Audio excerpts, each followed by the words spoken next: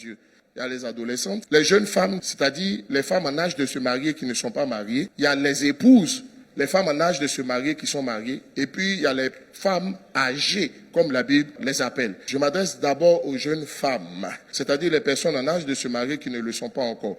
Cantique des Cantiques nous dit dans le chapitre 3 au verset 5, « Je vous en conjure, filles de Jérusalem, donc jeunes femmes, par les gazelles et par les biches des champs. » La gazelle et la biche sont deux animaux qui sont très fastes, c'est-à-dire qui courent très vite. Salomon est en train de dire que, attention, c'est un franc-tireur qui vous parle. C'est quelqu'un qui a cherché les femmes à un niveau terrible qui vous parle. C'est quelqu'un qui tirait sur tout ce qui bouge et qui bougeait sur tout ce qui tire. Ça veut simplement dire ce que Dieu a dit à Adam. C'est Dieu qui a remarqué que Adam était seul. C'est pas Adam qui a dit à Dieu, je suis seul. Donc, on n'a pas dit que jusqu'à ce que tu le veuilles, jusqu'à ce qu'elle le veuille. Si c'était les jeunes filles, on aurait mis ça au pluriel. Il est en train de dire que l'amour même, là, quand c'est le temps de te marier, c'est Dieu lui-même qui va déclencher, qui va faire venir le conjoint. Que ce ne soit pas nécessaire que tu perdes du temps à te lamenter ou à pleurer devant Dieu pour dire à Dieu, Seigneur, depuis là, tu vois, je ne suis pas encore marié. Parce que lorsqu'on est dans cette partie de la vie, on a l'âge de se marier pour les jeunes femmes et qu'on n'est pas encore marié, le mariage devient l'objectif, le but majeur. Le mariage n'est pas une finalité. Le mariage n'est pas un diplôme. Le mariage ne peut pas être un objectif. C'est un moyen. À force de faire du mariage un objectif, au lieu de le considérer comme un moyen, cela nous empêche de nous concentrer sur le présent et de nous focaliser tout le temps sur l'avenir, ce qui doit arriver. Lorsque vous vous focalisez sur la fin et non sur le cheminement, c'est comme une manière pour vous de reporter votre bonheur. Ça voudrait dire que vous ne serez jamais heureux tant que vous n'avez pas atteint l'objectif que vous êtes fixé. La valeur d'une femme ne dépend pas de son statut matrimonial. Une femme qui est mariée n'est pas mieux qu'une femme qui n'est pas mariée. On a tendance à faire croire qu'une femme qui est mariée et qui insiste bien sûr qu'on l'appelle madame ou bien épouse tant parce que d'une manière ou d'une autre, c'est ce pourquoi elle s'est battue. À force de te focaliser sur le mariage, tu ne te concentres plus sur le Seigneur et sur comment réjouir son cœur. C'est parce que Adam est en train de réjouir le cœur de Dieu. Enfin, il était épanoui, il n'était pas malheureux. Mais c'est Dieu qui dit il n'est pas bon. C'est comme Dieu l'appelle, Dieu dit il n'est pas bon. Il dit, ah, moi, il ne m'était pas rendu compte. Hein. Ça veut dire que lorsqu'on est focalisé sur ce que Dieu veut qu'on fait, on va même pas avoir le sentiment, on va même pas se rendre compte qu'on n'est pas encore marié.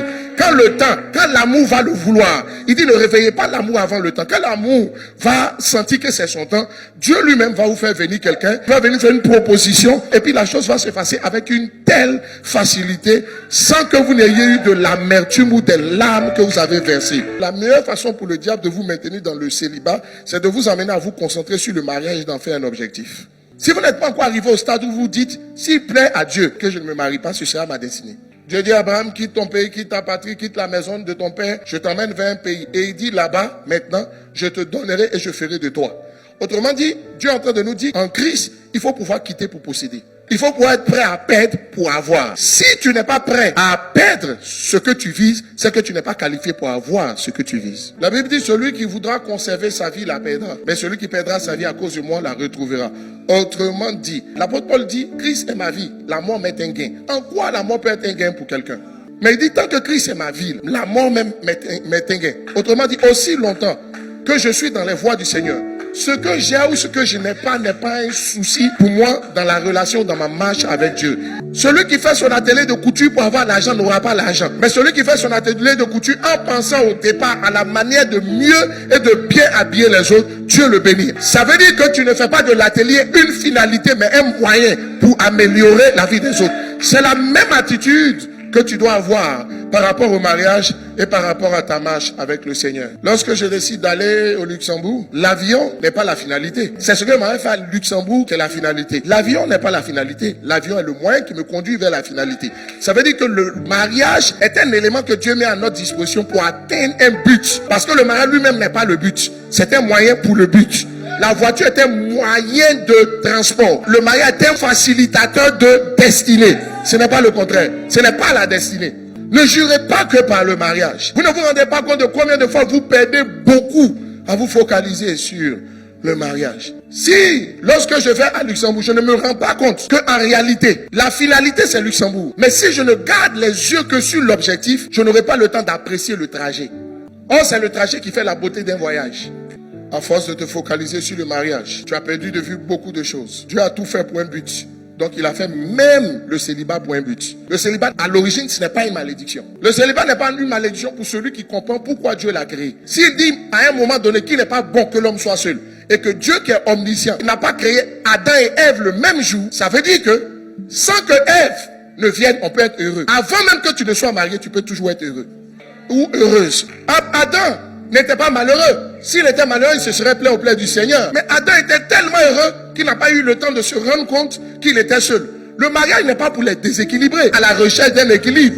Le mariage est pour des gens qui sont déjà épanouis, qui veulent multiplier l'épanouissement de quelqu'un d'autre. Le mariage, c'est pas 50% plus 50%, mais c'est 100% plus 100% qui font 200%. C'est pourquoi lorsque tu te maries selon Dieu, quand on regarde ta vie, on a l'impression que tu es propulsé comme une flèche dans ta destinée. Il n'y a pas d'accélération pour une voiture qui est immobile. Ça veut dire que l'état dans lequel tu te trouves au moment où tu te maries va déterminer le type de mariage que tu vas avoir.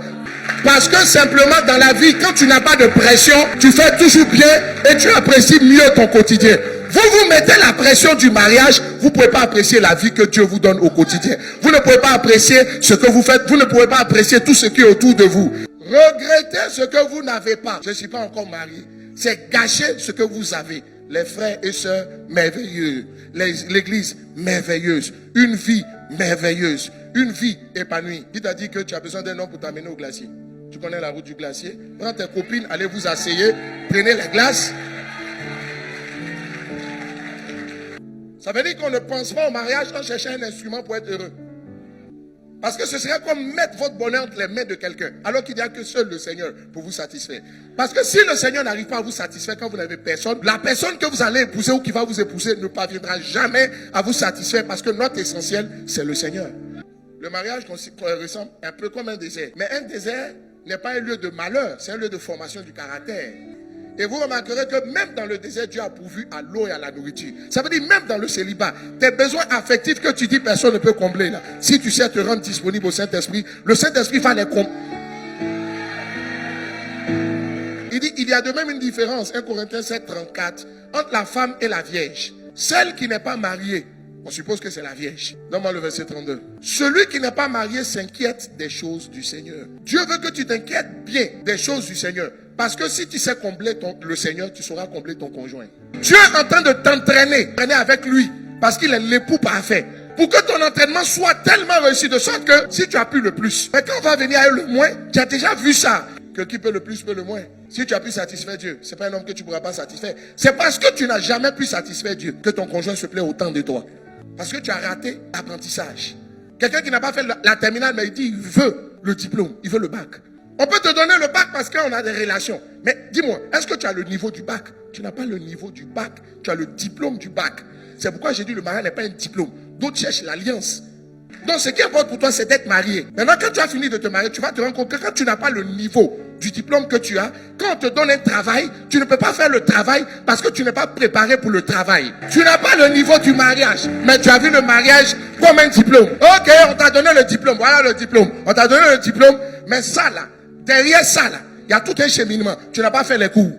Tu n'as pas été préparé. Tu as échoué au test avec l'époux parfait. La qualité d'un formé dépend de la qualité de son formateur. Quelqu'un peut mieux te former sur le mariage que celui qui a créé le mariage. La plupart du temps, quand ça ne va pas d'un couple, ne vous cherchez pas loin. C'est la mauvaise relation de l'individu avec le Seigneur. Il n'a pas le niveau de la relation avec Dieu, donc il ne peut pas avoir le niveau de la relation avec l'homme. Au lieu de faire du mariage un objectif, travaille ton caractère et affine ta personnalité afin de devenir une bien meilleure personne que celui qui va t'épouser n'aura pas envie de laisser. Travaille ton caractère. C'est-à-dire un mariage avec un mauvais caractère, ce sont des conflits à l'horizon. Et ce que je trouve triste et malheureux, c'est la volonté de Dieu, il n'y a pas de problème. Mais il y a beaucoup de personnes qui se retrouvent donc à travers le mariage comme dans des prisons. C'est comme si tu emprisonnais quelqu'un. À cause du Seigneur, il ne peut pas partir. À cause du Seigneur, elle ne peut pas partir. Elle se sent en prison. C'est l'intelligence et la sagesse que David a eu qui a fait qu'il n'a pas quitté le palais. Quoique Saül était dangereux. Donc ça veut dire que souvent dans la vie, tu vis des situations qui te dérangent, mais tu sens qu'il faut être tenu ferme parce qu'il y a plus grand qui vient devant. Un héritage acquis trop promptement. Il y a d'autres qui regardent de cette mariée. Ce n'est pas que c'est la mauvaise personne, mais vous êtes marié un peu trop tôt. Souvent, la bénédiction de Dieu se trouve dans ce qui te refuse. Ce n'est pas pour l'éternité, mais c'est pour un temps. Parce que c'est une question de saison. Saül était mauvais, mais David dit, on va faire comment? C'est ma formation.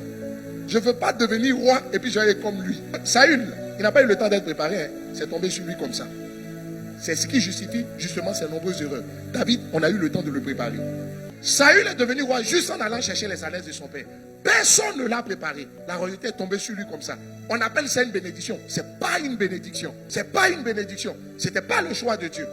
Regarde comme il a fini. Jusqu'à ce qu'il consulter les esprits de mort. Ça veut dire qu'il a fini païen. Parce que Dieu dit malheur à celui qui consulte les esprits de mort. Il est allé à Endor pour aller consulter la femme qui invoque les esprits des morts pour ramener Samuel. Il dit, il veut le voir pour lui parler. Il n'a pas été préparé. Regardez David. Quand il vient sur le trône, David a le temps de considérer, à travers l'exemple de Saül, qu'il a vu qu'il y a des choses qu'on ne fait pas avec Dieu. Parce qu'on lui a dit que Dieu a rejeté Saül pour te prendre parce qu'il n'avait pas ton cœur. On lui a dit, tu es l'homme selon son cœur. Donc David a compris que c'est le cœur de Dieu là qui allait faire la différence. Saül n'est jamais allé chercher l'arche. David, première chose, quand il monte au trône, il dit, où est l'arche? Il est préparé. Tu penses mariage alors que tu n'es pas préparé. Au lieu de faire du mariage un objectif, acquiert une assise solide en Christ. Deviens mature afin que tu ne sois pas un poids spirituel pour celui que tu vas marier. Il n'est pas moniteur d'école du dimanche. C'est le moniteur de l'école du dimanche qui enseigne aux gens les fondamentaux. On ne va pas jouer à l'équipe nationale si on ne joue pas dans un club. Parce qu'il faut maîtriser les fondamentaux. Le coach de l'équipe nationale n'a pas le temps pour faire les entraînements que l'on fait normalement dans un club. Quand lui il est là, il a des systèmes de jeu qu'il a besoin de poser. Soit il cherche les joueurs qui vont avec son système, soit il prend des joueurs qu'il a et puis il adapte son système. Ce n'est pas à ton mari de t'enseigner les fondamentaux de la vie chrétienne. Non, non, non, non. Au lieu de faire du mariage un objectif, travaille à développer tes talents, à déployer ton potentiel, tes capacités, afin d'être une femme qui existe par elle-même et qui est déjà heureuse et équilibrée avant que le frère ne vienne te prendre. Il y a des femmes qui n'existent que par leur mari. Le jeu ne sera pas là, tu deviens quoi? Toi aussi, il y a des talents en toi. Toi aussi, il y a des capacités en toi. Qu'est-ce qui t'empêche de commencer à le manifester? Au lieu de faire du mariage un objectif, cherche à avoir une situation. Cherche à avoir une situation au lieu de penser du mariage. Car le frère n'est pas une banque, même s'il a un compte en banque. S'il était la banque, son argent n'allait jamais finir. Mais il a juste un compte en banque. Un compte en banque peut être vide.